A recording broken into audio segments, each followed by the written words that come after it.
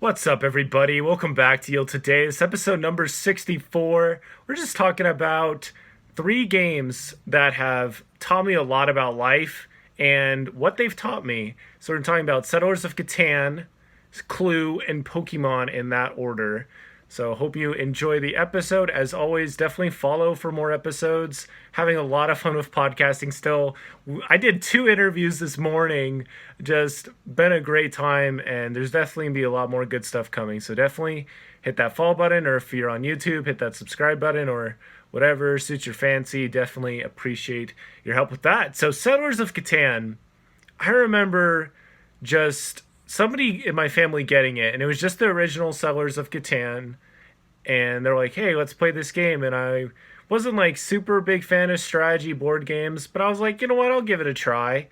And interesting thing about Settlers of Catan is it's all about dice rolls, and if you have resources on a specific dice roll, and it's interesting because on the numbers for Settlers of Catan, you set up the board by putting all of these little pieces down, and they all have a different number on them. When that number gets rolled, you get that resource, or if it's sand, you get nothing. And if it's gold, you get whatever you want. And you just get to get an idea of like what it's like for getting resources, and it's a really inventive, fun game. The very first time I played it, again, it was with the old school version, the first version. Interestingly enough, the game came out in 96 or 95, and it came to the US in 96. So, and I played in like 2006 or something like that, or later. So it's just amazing to me how it didn't really catch fire for a while that I know of, and now it's like super on fire. Apparently, it was recently sold. The company that made it was sold for like $1 billion, which is ridiculous. Or at least they were talking about. I don't know about if it actually happened, but it definitely is worth that. I think of how much people are playing this game and everything like that. But again, going back, but with my very first Settlers of Catan game, I remember five. I was like, you know what? I'm gonna bank on five. Five, I think, had a 3 out of 6 chance of getting rolled. So like, not like a 50-50, but like on the space it says if it had 6 dots, that was like this is more likely you'll be rolled because you're rolling 2 dice. So like 4 and 2 you can get 6, 1 and 5 you can get 6, etc. And 12 you obviously won't get very much. Two you'll only get 1 and 1. So there's just not a very good chance of getting those. But I remember I chose five, and weirdly enough, five got rolled like gangbusters in that game. And I had ore, and I was the only man that had ore, and everybody had to get ore from me. So all of a sudden, I had this monopoly. Somebody's like, "Hey, I'll trade you 1 lumber for ore." I was like, ore is going to cost you a little bit more than that. So like 2 lumber for ore? I was like, yeah. It's like, how about 2 lumber and 1 brick? You know, depending on how much they need it. It's like, okay, so I can build a road and I get lumber. That sounds good for 1 ore, you know? And so I didn't actually win that game. I got in second place. But that game taught me a little bit about the monopoly effect. Like, if you have a monopoly, there is no way you can build a city in Settlers of Catan without ore. And so everybody had their settlements like, all right, well, I want to build a city now. Oh, wait, Dallin's the only one that has ore. I was like the only one. And I was getting it like all the time. And the cool thing about Settlers of Catan is like you can put like different cities and get around the same resource. You can just get a bunch of it. And so Settlers of Catan taught me about this deep strategy thing going on. And with later versions, you get like commodities, and there's longest road. There's all this other stuff, which makes the game very, even more crazy. And there's multiple ways to win. But at the same time, like, you can't be Mr. Sit on your high and mighty chair and not listen to people and not help people, because then they're just going to find another way to get it. You know, you got to treat your customers, you got to treat your teammates or competitors or whatever. You got to at least have some kind of sincerity, and you know, not backstab them and not be a mean jerk or something like that. So, yeah, there's just a lot of deep strategy in this game, and honestly, it's an expensive game. I played the sheep fairs version, ship fairs version. Like, sheep is crazy. And it's interesting because every single game there is something that is a scarcity thing. So like there's some games where sheep is that ore, and it's like everybody needs sheep because you need sheep to make settlements, you need sheep to upgrade your knights, you need sheep for all this stuff. And whoever has sheep is gonna be doing very pretty that game. And it just changes. I remember one time like grain was that thing, or and there's been other times ore's been abundant, so it's basically like sand. It's not that valuable.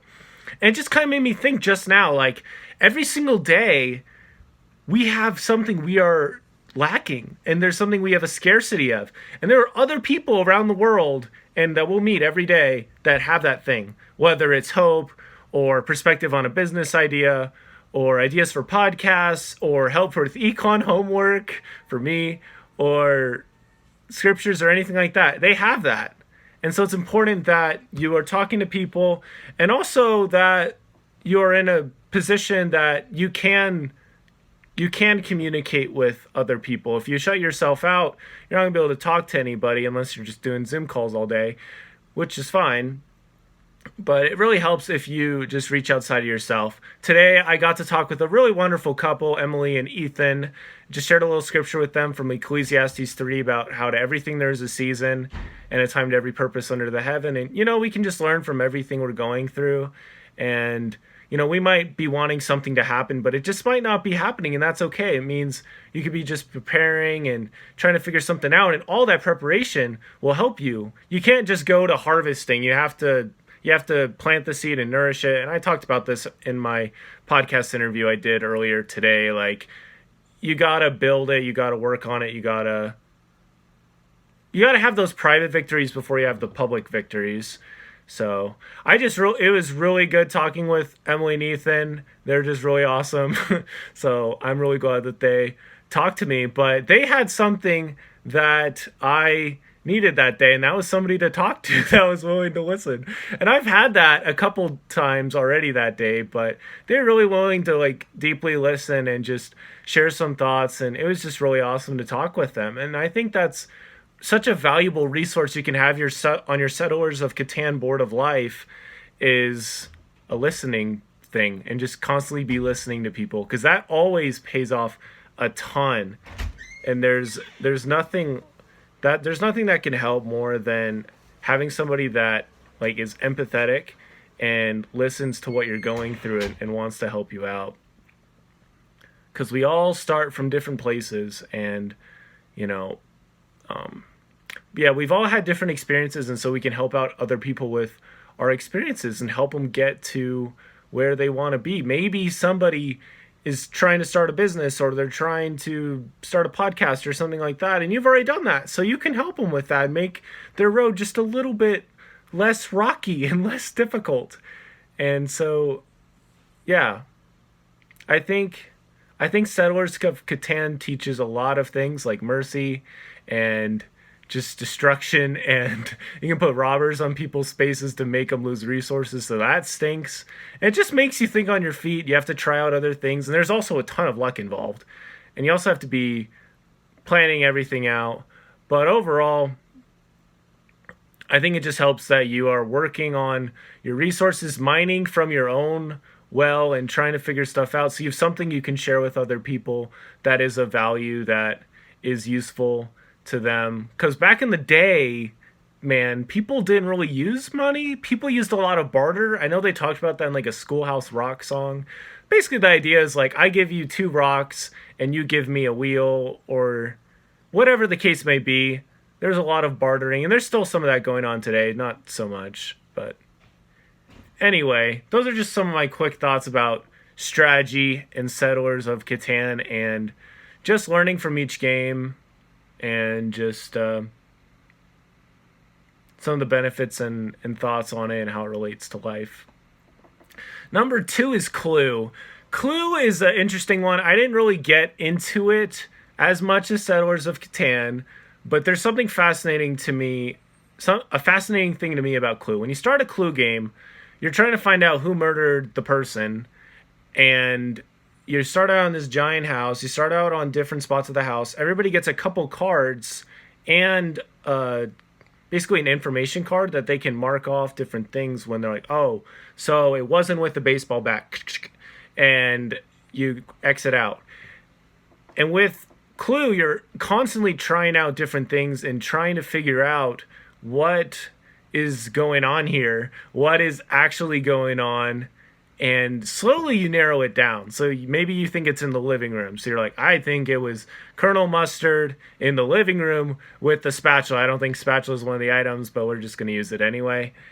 And then somebody's like, no, I can prove you wrong. They don't say how they can prove you wrong, but they kind of turn this to this private thing, and they're like, look at this card. And you're like, oh, snap. Okay, thanks. And then you go back to it. But if you never share your cards, if you never try to find out who the murderer is, you obviously can't win. There's somebody like my brother James that is marking their card and is using all these crazy algorithms and math stuff to figure it out.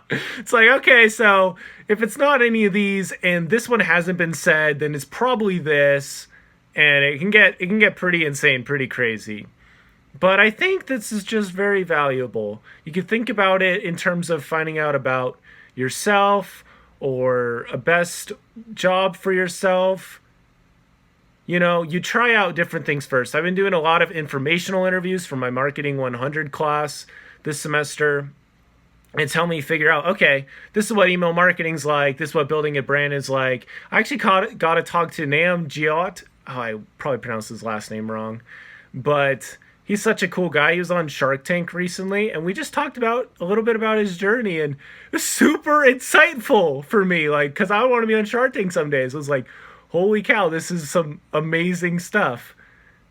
And he has some perspectives on things. So it's like, okay, you know, I like that. I like the idea of working wherever I am.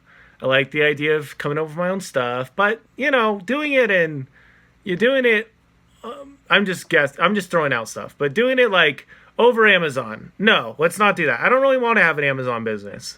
You know, so you slowly narrow it down.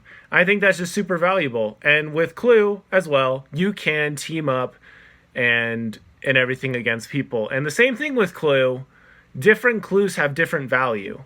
There's only 13 weapons, I think, in Clue, or 27 or something. I think there's 13 rooms, 27 weapons. But basically, like, as the game progresses, different clues are going to be more valuable than others. So, like, if you've narrowed it down to 3 weapons, and somebody has one of the weapons card, you don't know what weapon it is, you're going to try to figure that out. You're going to want to figure that out, and they're probably going to value that card a lot. And so it's all about playing the game, continuously learning, and trying to make the most of everything. And we're all just kind of in this Clue game of life, the Sellers of Catan game of life, Pokemon game of life, and it's important that we are learning as much as we can wherever we start.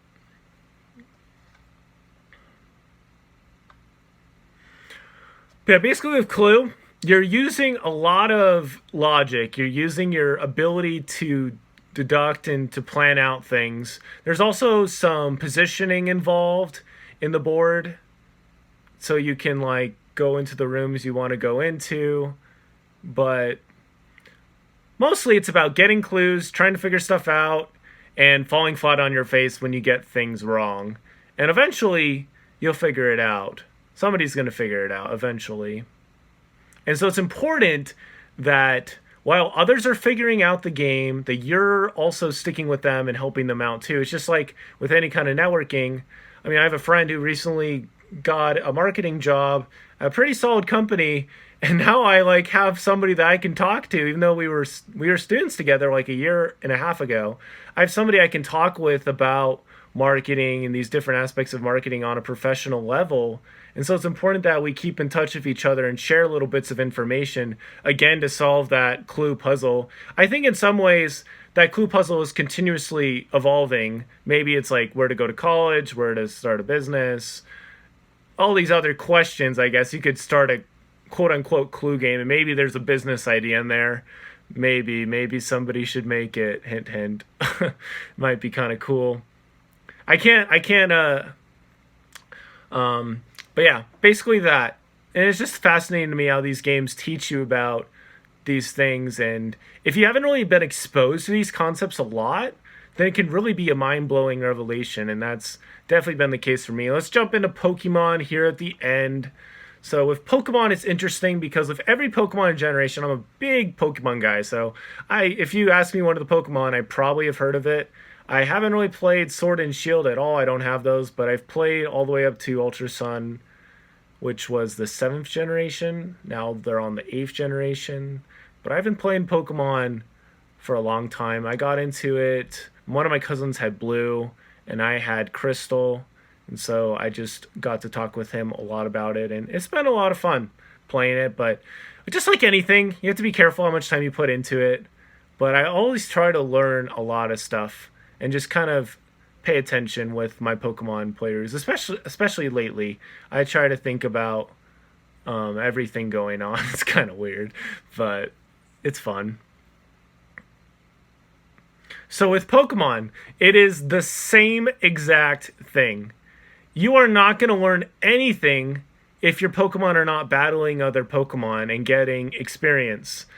And with it's easy to think that your team is super good until you play against somebody whose team is more balanced, has better strategies overall, and can clean yours on most days of the week.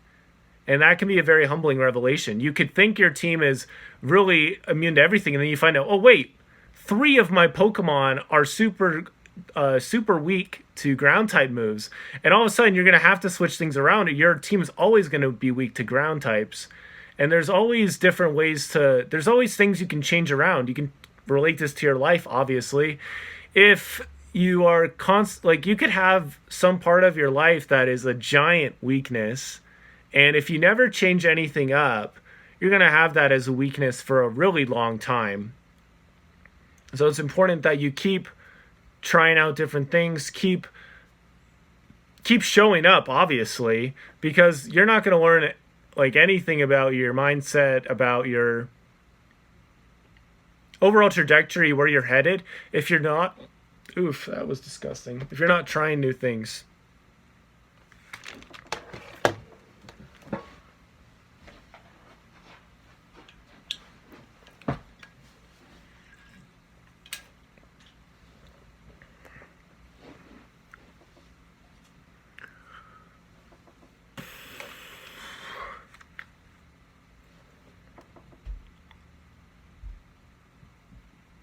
Yeah, so there's so many ways we could go into this. I mean, there's the Pokemon Battle Simulator. It's called Showdown, and you can basically make a team and battle against any other team, battle against other people's teams, and you can find out like how good the team is without even having to make the team in game, which could take a lot of time, especially if you want to get special moves and whatnot. And the same thing is with today. I mean, you can start a business, you can try a lot of these different things without really spending any money, really just time. I mean, there's some things you could spend a tiny bit of money to get the ball rolling, but really you don't need to spend much money at all to have a really valuable test and get those valuable results back from the test.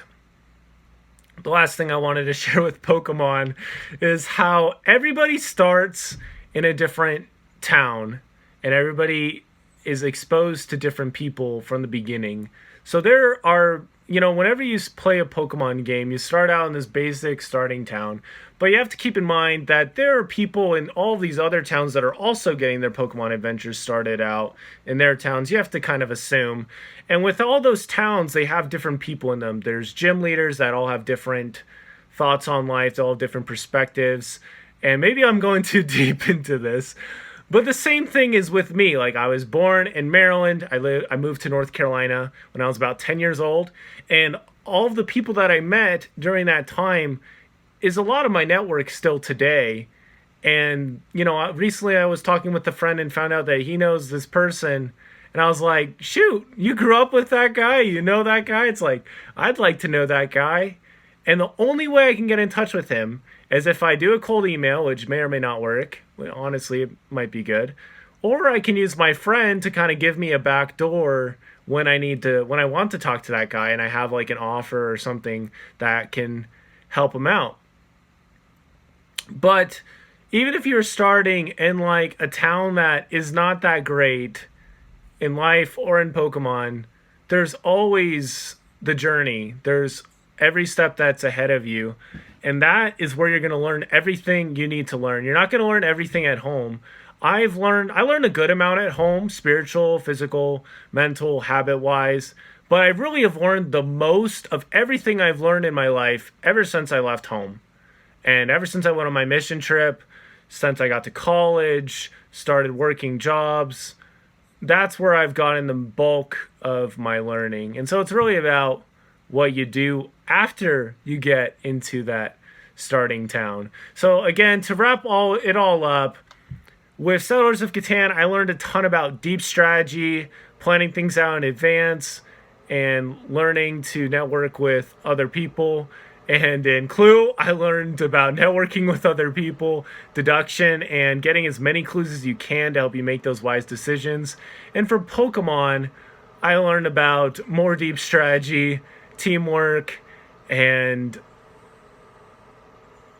basically making the most of where you start out. Another quick thing of Pokemon, very clever thing that the Pokemon company did. With every Pokemon game, there's some Pokemon you can only get in a specific version, so you have to work with other people to get all of them. I think that's the case with life too. You have to be like, there are some people that have different resources and they have ideas and thoughts that is more or less exclusive to them. And for me to learn and grow and do that thing that they're doing, I need to kind of hear it from them. And I mean, you can start it on your own or try to go on a journey to find it yourself. But it usually works out better if you learn from the horse's mouth, so to speak. So those are my quick thoughts. Actually, it wasn't that quick.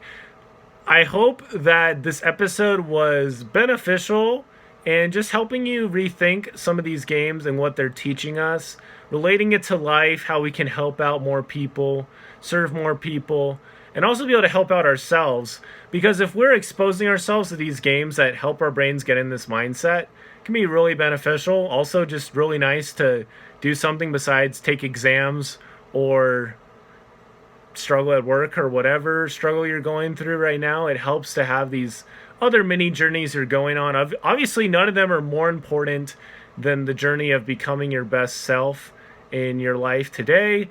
But I believe that going on these little mini journeys, whether it's starting a business, playing some video games, it can be really beneficial with improving your decision making and how you ultimately approach and go forward with the whole experience. So that's the episode. Thank you so much for listening and hope it was beneficial. Don't forget to yield today and it will be a better tomorrow. Oh, you're still listening. Well, if you're still listening, I thought I would share one little quick thing here at the end.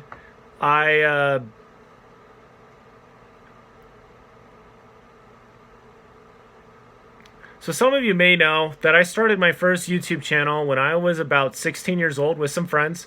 We played some video games, playing a lot of Mario Kart, Smash Bros, and Mario Party, and it was a ton of fun. Just doing something besides school, working on something, watching it grow, and being able to make a difference and help people out. That YouTube channel was originally called Tanuki Toad 64, and so when I saw that this is the 64th episode, I was super excited and knew I needed to talk about that, even though it is not the focal point, the focus of this episode. I had to bring that up.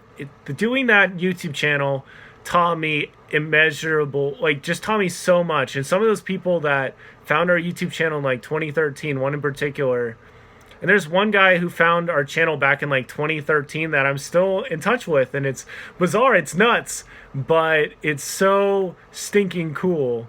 And starting that YouTube channel definitely helped get a lot of other balls rolling in my life, helping me get out of my shell, meet more people. And I can make a whole episode easily about my experience running that gaming channel.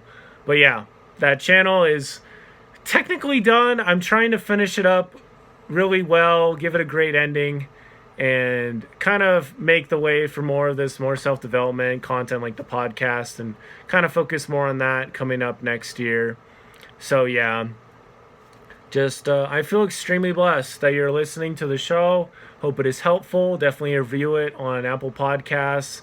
Follow it on Yield Today with Dallin podcast on Instagram.